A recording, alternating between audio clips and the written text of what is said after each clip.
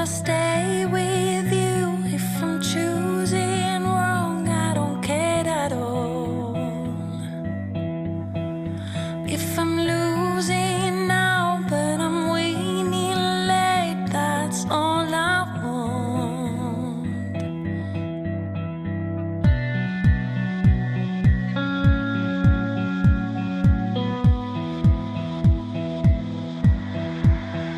Now we need some space, 'cause I feel for you and I wanna change. Growing up alone, it seems so short, I can't explain. Whatever. Voici Lawrence Coomson. Il est médecin, il vit et travaille à Londres. Pour vous, Lawrence est peut-être un jeune homme comme les autres, mais il cache un lourd secret. À 33 ans, il n'a pas fait sa puberté.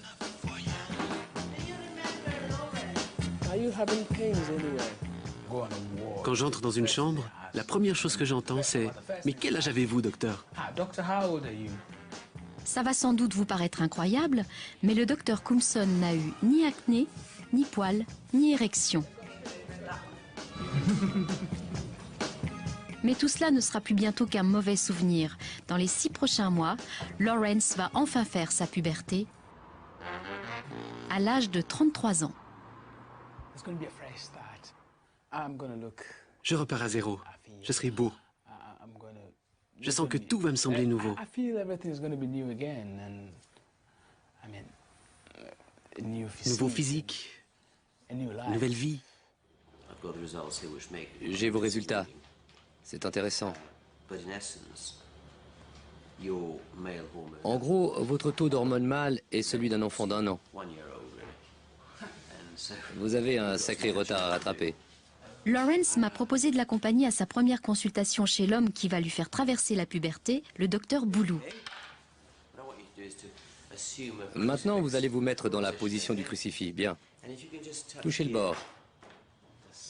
Tirez-vous aussi loin que possible. Voilà, on y est, c'est bon. Lawrence souffre du syndrome de Kallmann. Son corps ne produit pas naturellement de testostérone. Il n'a donc jamais eu de puberté. Il n'y a pas de poils et un peu trop de chair par ici. Vous l'aurez compris, ce syndrome a pour symptôme ce qu'on appelle un hypogonadisme, c'est-à-dire que l'individu n'est pas capable de produire dans des quantités suffisantes des hormones sexuelles telles que la testostérone ou les œstrogènes, ce qui empêcherait ainsi la mise en place de la puberté. Pourtant, les machineries qui produisent ces hormones, c'est-à-dire les gonades, sont parfaitement fonctionnelles. Alors comment expliquer que cette maladie cause un hypogonadisme? Le syndrome de Kallmann est une maladie génétique rare qui provoque un développement anormal d'une zone du cerveau particulière, le complexe hypothalamo-hypophysaire. Situé à la base du cerveau, ce complexe comporte l'hypothalamus et l'hypophyse. L'hypothalamus sécrète une hormone, la GnRH, qui va être capable de stimuler directement l'hypophyse, qui sécrète alors à son tour dans le sang 2 hormones, appelées FSH, hormone folliculostimulante, et LH, hormone lutéinisante. Chez l'homme, ces hormones hypophysaires vont communiquer en quelque sorte avec les cellules situées dans les testicules. La LH va ainsi stimuler la sécrétion de testostérone effectuée par les cellules de Leydig. Quant à la FSH, elle va stimuler la spermatogénèse. Mais cette communication hormonale s'effectue dans les 2 sens.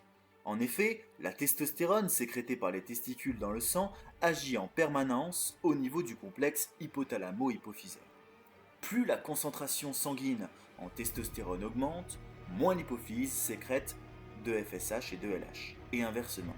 Ce dialogue, constant établi entre le cerveau et les testicules, est qualifié de rétrocontrôle négatif exercé par les testicules sur le complexe hypothalamo-hypophysaire, et permet ainsi une régulation permanente de la concentration en testostérone dans le sang. Ces hormones hypothalamo-hypophysaires participent ainsi au contrôle du fonctionnement des gonades et sont donc indispensables à la fabrication des spermatozoïdes et de la testostérone. Dans le cas du syndrome de Kallmann, leur absence entraîne ainsi un hypogonadisme. Alors, ce contrôle existe-t-il également chez la femme ? On retrouve en effet le même complexe hypothalamo-hypophysaire produisant les mêmes hormones LH et FSH, mais le fonctionnement de ce contrôle est bien plus complexe et suit son cycle menstruel. Tout commence avec la FSH, qui est surtout sécrétée pendant les 14 premiers jours du cycle féminin. Cette hormone agit au niveau de l'ovaire en stimulant la croissance des follicules, ce qui lui a donné son nom d'hormone folliculostimulante. La LH, quant à elle, est produite massivement juste avant le 14e jour du cycle, et son pic déclenche l'ovulation. Enfin, durant les 14 derniers jours, la sécrétion des deux hormones hypophysaires diminue, permettant de terminer le cycle menstruel. Les sécrétions hormonales du cerveau sont donc à l'origine du cycle ovarien et utérin. Cependant, les sécrétions de l'ovaire exercent elles aussi en retour une influence sur le complexe hypothalamo-hypophysaire. En effet, au cours des différentes phases du cycle, vous savez que l'ovaire libère deux hormones, les œstrogènes et la progestérone, qui vont être détectés par le cerveau et modifier ainsi l'activité du complexe hypothalamo-hypophysaire.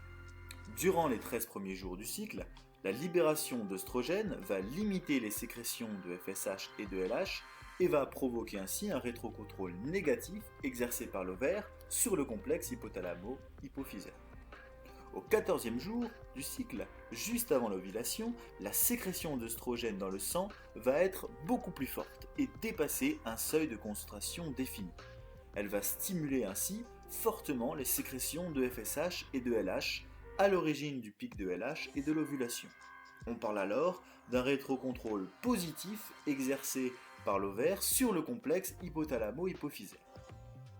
Les 14 derniers jours du cycle, la libération de progestérone dans le sang par l'ovaire va limiter de nouveau les sécrétions de FSH et de LH, provoquant un nouveau rétrocontrôle négatif sur le cerveau.